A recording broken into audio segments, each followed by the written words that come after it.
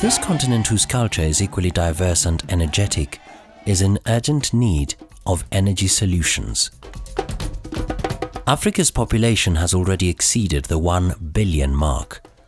With this kind of population boom, the demand for energy is soaring. For a long time, Africa has been depending on fossil fuel, its shrinking forests and other non-renewable sources to meet its energy demands. Every year, around 700 million people depend on traditional cooking technologies to meet their daily energy needs.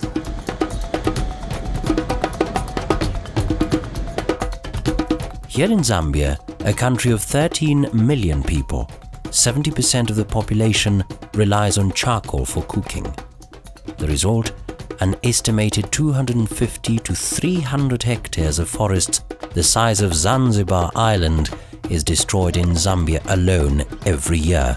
It's massive deforestation. So the use of biomass energy sources for cooking is a major challenge that the country has to deal with. And dealing with it really is not just something that should be left to the forest sector alone. We need to address issues to do with energy supply, particularly our energy mix as a country. Faced with the real threat of losing the forest cover in this southern African nation, the Worldwide Fund for Nature is introducing alternative clean energy to communities here. WWF is working towards ensuring that communities in Africa have access to cheaper and sustainable forms of energy that reduce dependence on fossil fuels, charcoal and fuel wood. There was a study by the Food and Agriculture Organization of the United Nations that discovered that because of this high dependency on natural forests for cooking, Africa, the deforestation happening in Africa was 90% dependent on the consumption of charcoal and firewood.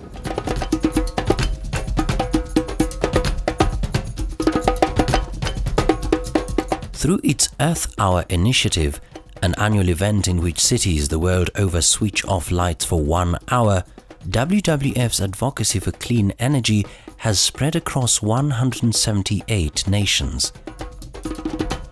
Here in Africa, WWF teams in 6 African countries including Kenya, Uganda, Zimbabwe, Tanzania, Cameroon and DRC used the Earth Hour to drive awareness on the impact of climate change on the continent and the role of people in tackling climate change.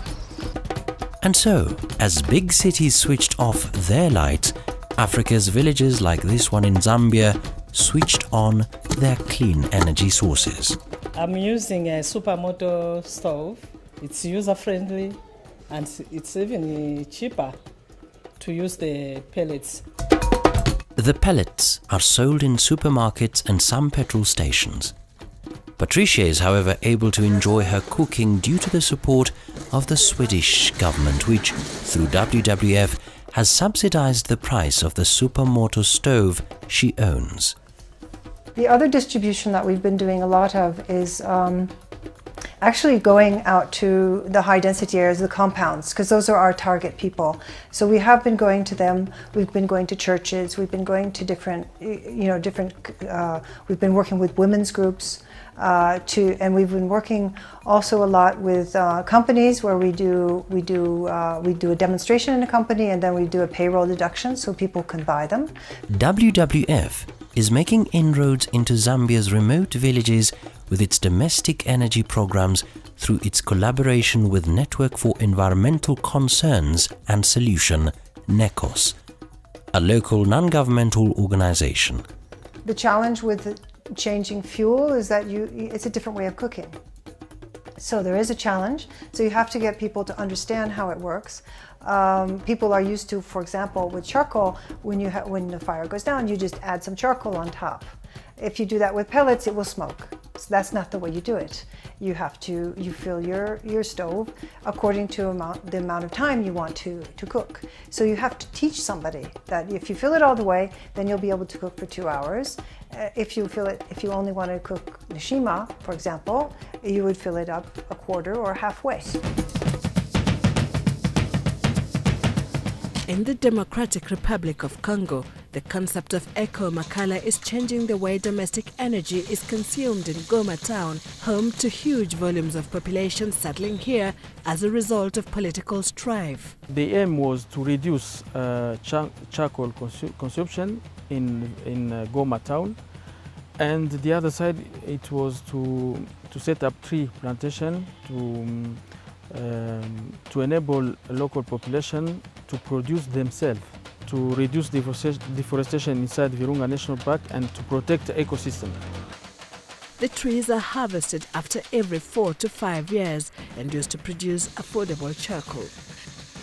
Na kwa sasa kupitia msaada wa WWF wamekusha kutufundisha jinsi gani ya kuchoma makala hali ya kisasa, na hasa hapo tena wamekusha kuinua uchumi. By 2014, over 8,000 hectares of trees had been planted to produce Eco Makala. Hizi jiko ni nzuri sana. Kwa mama hii jiko imewasaidia sana. Kwa sababu ile wakati ambayo alikuwa akienda tafuta makala wala kuni porini, kwanza wengi walikuwa wakibakwa kule, wengine nyoka zitawaluma. Hizo hatari zote mama amepumzika, anastarehe sasa, anaikala.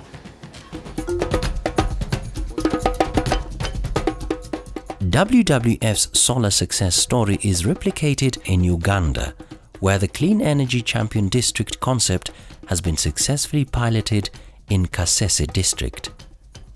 Located in southwestern Uganda, Kasese is in the Albertine Rift. A top tourist destination, the rift overlaps most of Uganda's protected areas popular with tourists such as Queen Elizabeth National Park. Kasese District 1 was chosen because of key considerations. One of it was the poverty status within Kasese. Secondly was Kasese's geographical location. In terms of 60% of the area in Kasese is more under the protected areas. The other bit is the low energy access or low electrification rate, which was around at 7.2% at the time we started this. And at the same time, you realize that there is a high population growth in Kasese. WWF has brought together more than 20 organizations and numerous local groups. Together, they identify, pilot and demonstrate innovative ways to increase access to clean energy for the rural poor. We are responding to a UN call, United Nations call, of energy for all by the year 2030. And as a district, we said, how do we respond to this? How do we fit in? Because Uganda as a country has ratified that convention. So it means that we have to localize these ideas of increasing on energy access at a district level. Through the home solar lighting and improved stoves that use little fuel wood, the project has helped to save forests and enhanced environmental conservation. Karambi Senior Secondary School in Kasese has immensely benefited from clean energy innovations. WWF has supported the school to build modified latrines with an ingester that converts human waste and cow dung into cooking gas. This biogas project saves the school money worth 15 trucks of firewood every month. The waste product, this bioslurry, is further put to good use as manure in the school farm, bringing more savings on food materials. And I'm so grateful that they have inspired us as younger youth, and I believe when we add up our efforts in this conservation system, we shall be able to achieve, because I believe myself, we are the future leaders of the world. On the shores of Lake Edward, life in the remote fishing village of Kayanzi has brightened up after installation of a 5-kilowatt mini-grid system that supplies power to 3/4 of homes and businesses. Inside the plant, the distribution numbers, they are numbered from 1 to 128. So it means the capacity of the system here is supposed to accommodate 128 households. Besides the power project, WWF encourages community members to form groups that enable them harness their savings to start income-generating projects. Some of the ventures, such as video viewing houses, use the off-grid solar power. Siku ya nyuma, najua meme hii bado kuja hapa ilikuwa problem. Tulikuwa tunafanyisha generator Generator kila siku. Generator unaweza kaifanya leo, kesho inakufa. Lakini saa hii tuko mzuri. Kama kuna umeme unaona. With the solar power, reading at night has become an enjoyable experience for students who attend day schools. Before we got this solar power,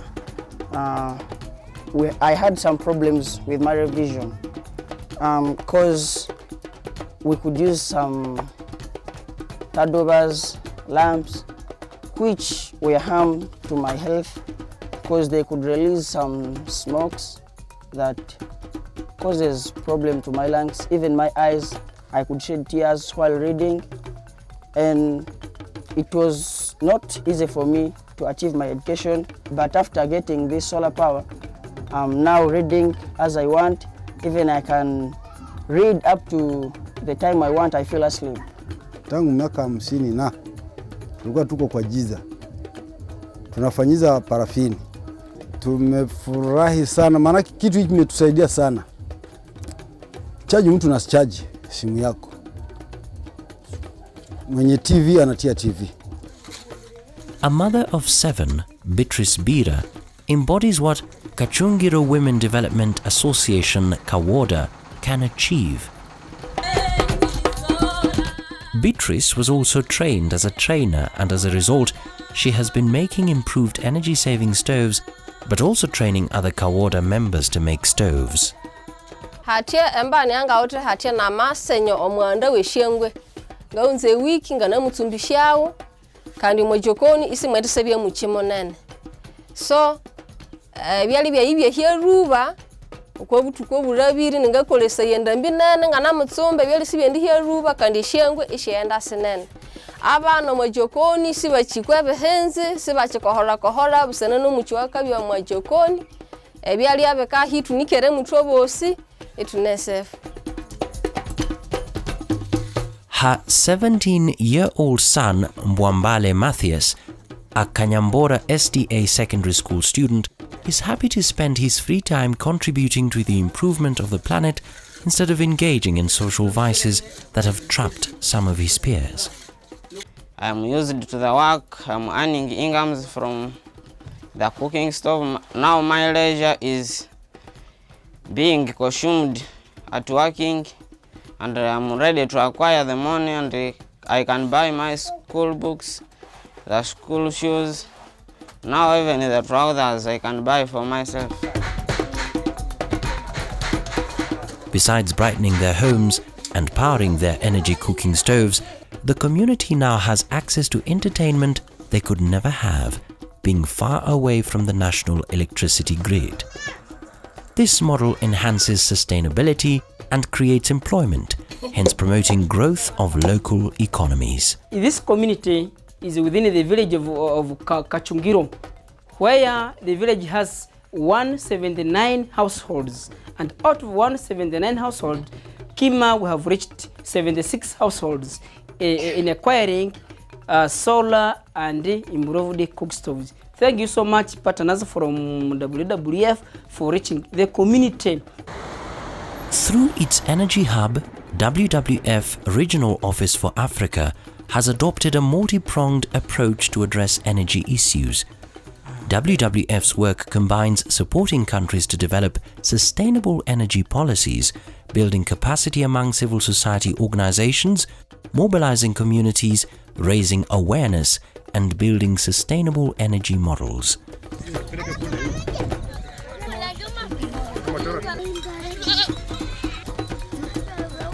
In Kajiado, a county in Kenya's Rift Valley region, residents face a unique challenge that is occasionally fatal. Kajiado is home to Maasai pastoralists, whose major livelihood is pastoralism. Wild predators like lions and hyenas, however, are decimating their herds by dozens. This is one of Kenya's hotspots for human-wildlife conflict. Conservationists reckon the wildlife migration corridors have either been encroached and in some instances completely blocked. And as their habitats shrink, the animals stray outside the reserves, destroying crops and causing indiscriminate injury and death among livestock and people alike.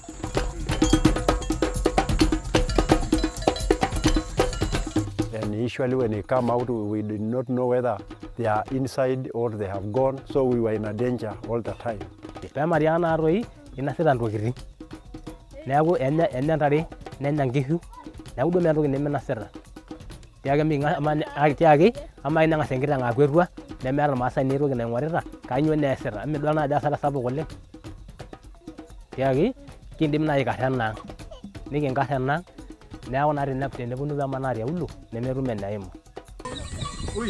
Herders hope to keep themselves and their herds safe by keeping vigil all night.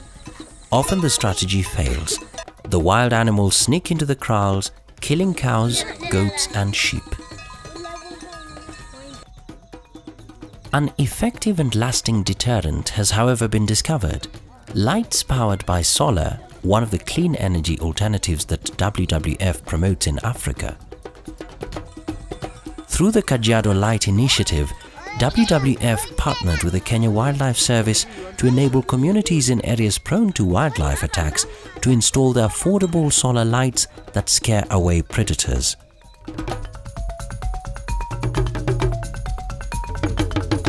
We have forgotten about kerosene, other type of light that we were using for the good of our children to study during night. Now, in fact, we are so much grateful for all that, because nowadays it seems we are a little bit comfortable with our life. His wife and 3 children also benefit from the solar installation. They use it for cooking, lighting and reading. Kabla haijakuja ilikuwa tunatumia mafuta taa, na tukitumia mafuta taa haitusaidii vizuri kwa sababu hiyo taa ya kutumia mafuta taa haimuliki nyumba vizuri. Siku hizi tulipopata hizi taa, naona kila kitu nikifanya kazi yangu ndani ya nyumba. Zile pesa tulikuwa tukinunulia mafuta taa tunatumia kununulia watoto vitabu, kalamu na kusave sana tu hizo pesa. Nilipokuwa natumia taa ya koroboi, ilikuwa inanisumbua macho. Na siku yenye naleta homework nakosa kufanya juu ya hakuna mafuta taa. Nilipoletwa hizi taa ya sola haikuwa inanisumbua. Nilikuwa tunasoma na nitapelekea mwalimu nilikuwa nimemalizia kazi yangu.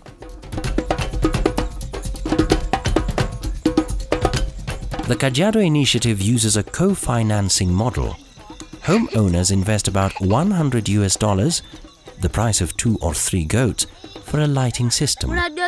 WWF Kenya provides deterrent lights worth $240. The Kajiado County government is also funding the excavation for biogas in 2 schools. Kimura Primary School, which started in 2008, has been using hurricane lamps that consume paraffin for evening and morning preps. And with a population of nearly 300 students, it was proving expensive. Parents are now able to charge their phones without traveling far to Isinya to charge their phones. Children are able now to conduct their morning preps as early as 6. During our 2014 results, the school had a MINSCO of 223. In the last year, 2015, the MINSCO hiked up to 248.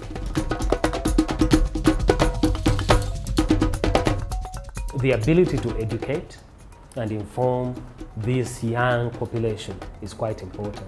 And the work that the Education for Sustainable Development does is a very huge complementary work to ours. We have been involved in a couple of joint initiatives with that program, particularly in Kasese, in Narok, in Kajiado, where we have supported schools to get access to energy, because access to energy supports education, and education supports access to modern energy. So the two really reinforce each other nicely there.